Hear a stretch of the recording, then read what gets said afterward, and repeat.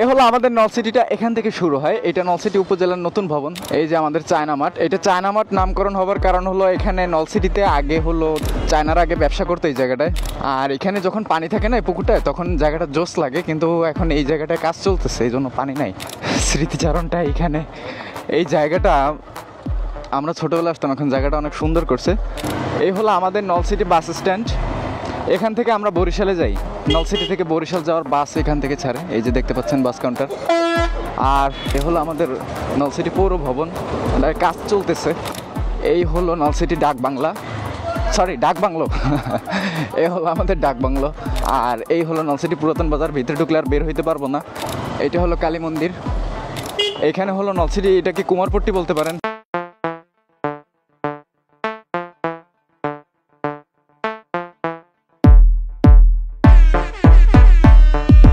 British আমলে এখানে কলকারখানা ছিল।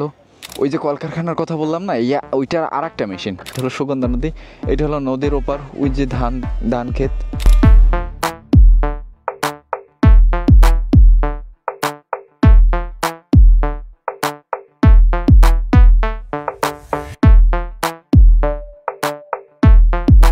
এটা হলো নলসিটি বালিকা মাধ্যমিক বিদ্যালয় ও কলেজ।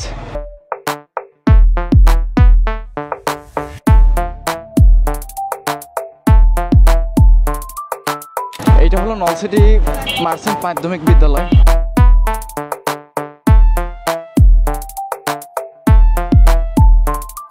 এ হলো আমাদের নলসিটি শহীদ মিনার।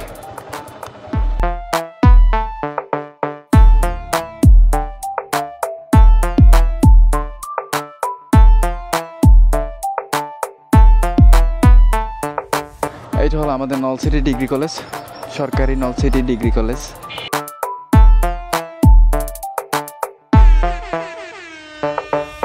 আর এই যে আমার হাতের বাম সাইডে দেখতে পাচ্ছেন, এটা হলো নলসিটি পুলিশ ফাঁড়ি। তবে এটা আমার জন্মের পরে আমি কোনোদিন চালু দেখি নাই, তো এটা একদম মানে পুরোটা আমার জন্মের পরে আমি এই অবস্থায় দেখছি।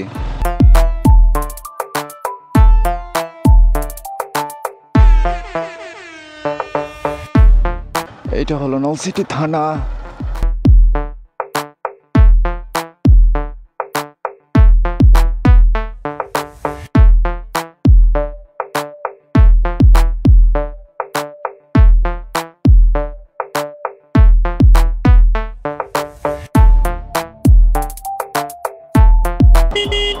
এ হলো আমাদের নলসিটি ফেরিঘাট।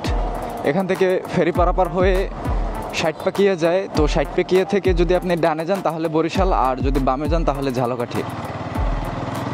জ্যোৎস্না জায়গাটা একদম নদীর পার। আমাদের ছোটোবেলার বিকেলবেলার আড্ডার এক অংশ কাটছে এই জায়গাটায়। আমাদের সকল স্মৃতি এই জায়গাটাতে। ওয়াও।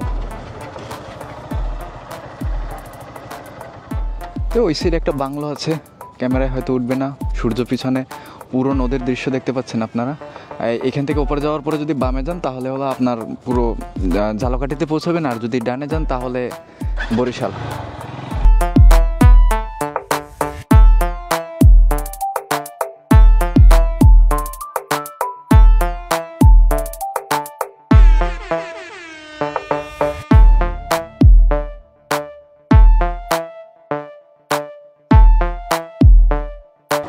তো এই হলো আমাদের নলসিটি সেই বাংলোটা, এইমাত্র যেটার কথা বললাম। এখানে আমরা ছোটোবেলায় ঘুরতে আসতাম, আর দূর দূরান্ত থেকে মানুষজন এখানে ঘুরতে আসতো। ভিতরটা অনেক সুন্দর, এখন তালা দেওয়া, তাই আপনাদেরকে দেখাতে পাচ্ছি না।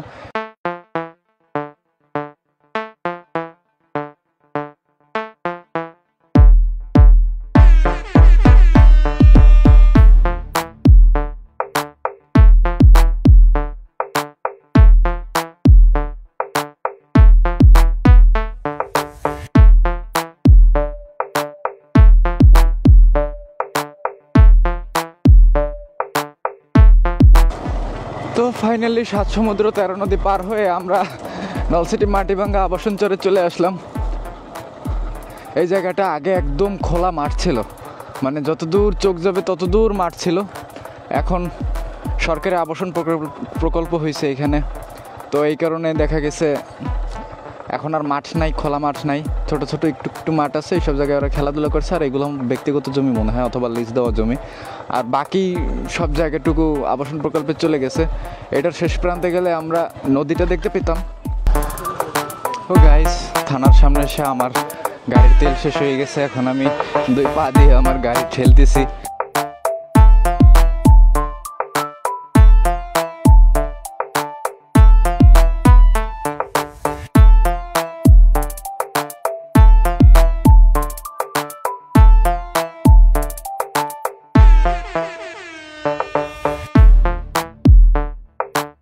তো এইটা হচ্ছে আমাদের নলসিটি লঞ্চঘাট। এখান থেকে জালঘাটি থেকে লঞ্চঘাট আসে। উনি মনে করছে আমি জালঘাটি যাব, তো এখান থেকে জালঘাটি আসার পরে এখান থেকে সোজা মানে ঢাকা যে লঞ্চটা যায়, এই লঞ্চটা এখান থেকে যায়।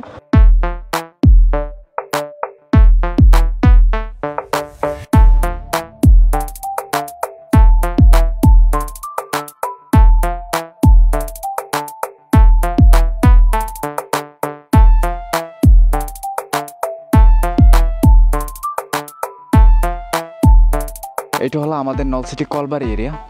জায়গাটার নাম কলবাড়ি। কলবাড়ি দেওয়ার কারণ হলো ব্রিটিশ আমলে এখানে কলকারখানা ছিল।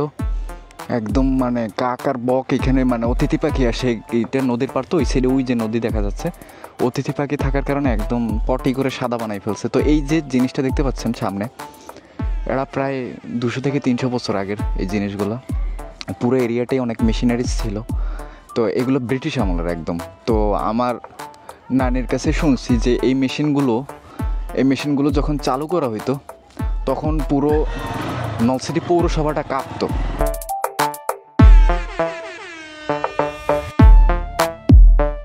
ওই যে কলকারখানার কথা বললাম না, ওইটার আর একটা মেশিন।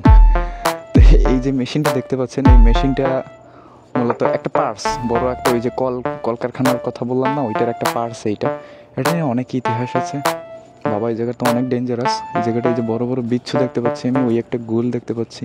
এটা হলো সুগন্ধা নদী। এটা হলো নদীর ওপার, ওই যে ধান ক্ষেত। আর ওই যে মোড়টা দেখতে পাচ্ছেন, ওই মোড়ে সবসময় পিকনিক হয়।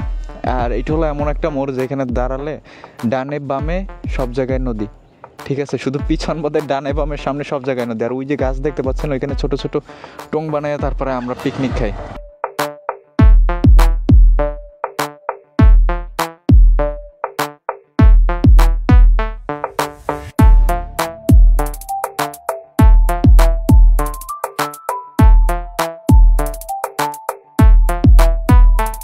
দর্শক, আজকের ভিডিও এই পর্যন্তই। সবাই ভালো থাকবেন। আর অবশ্যই আপনার জেলার, আপনার এলাকায়, আপনার উপজেলা পৌরসভায় দেখার মতো কি কি আছে, এই জিনিসগুলোর লোকেশন একটু আমাকে যদি কমেন্ট করে জানান, অ্যাড্রেসটা যদি আমাকে কমেন্ট করে জানান, তাহলে আমি ওই জায়গাটায় গিয়ে ভিডিও বানাবো। তো এই জন্য অবশ্যই কমেন্ট করবেন আর আমার ভিডিও শেয়ার করবেন।